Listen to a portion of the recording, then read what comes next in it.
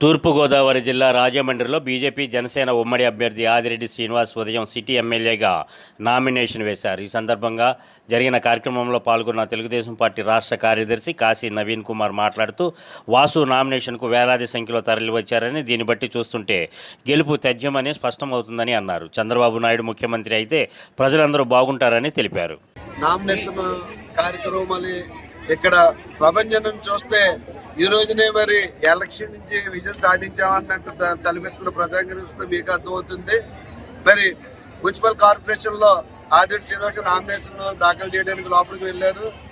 రాజమండ్రి 42 వార్డుల నుంచి నలుమూల నుంచి అత్యధికంగా ప్రజలు ఇంచుమించి 15,000 పైచీలకు జనాలు మరి ఈ కార్యక్రమానికి హాజరవడం, స్వచ్ఛందంగా ఎవరికి మాడుకో బైకుల్లో కానీ, కారులో కానీ, ఆటోల్లో కానీ వచ్చి వాసు గారి మద్దతు తెలియజేయడం మనం చూసాం. ఏదైతే చంద్రబాబు నాయుడు గారి సంక్షేమ పథకాలు మళ్ళీ ప్రజలకి అందుబాటులోకి రావాలంటే మరి జనసేన, బీజేపీ, తెలుగుదేశం కూటమి చంద్రబాబు నాయుడు ముఖ్యమంత్రి అవుతేనే ప్రజల సంక్షేమం బాగుంటున్న ఉద్దేశంతో రాజమండ్రిలో ఆదిరెడ్డి శ్రీనివాస్ గారిని అత్యధిక మెజారిటీతో గెలిపించి దిశగా ప్రజలందరూ కంకణం కట్టుకున్నారని తెలియజేస్తూ వచ్చే నెల 13వ తారీఖున మరి ఏదైతే ఎన్నికల రోజున మరి రాజమండ్రి ప్రజానీకం మంచి తీర్పిస్తారు.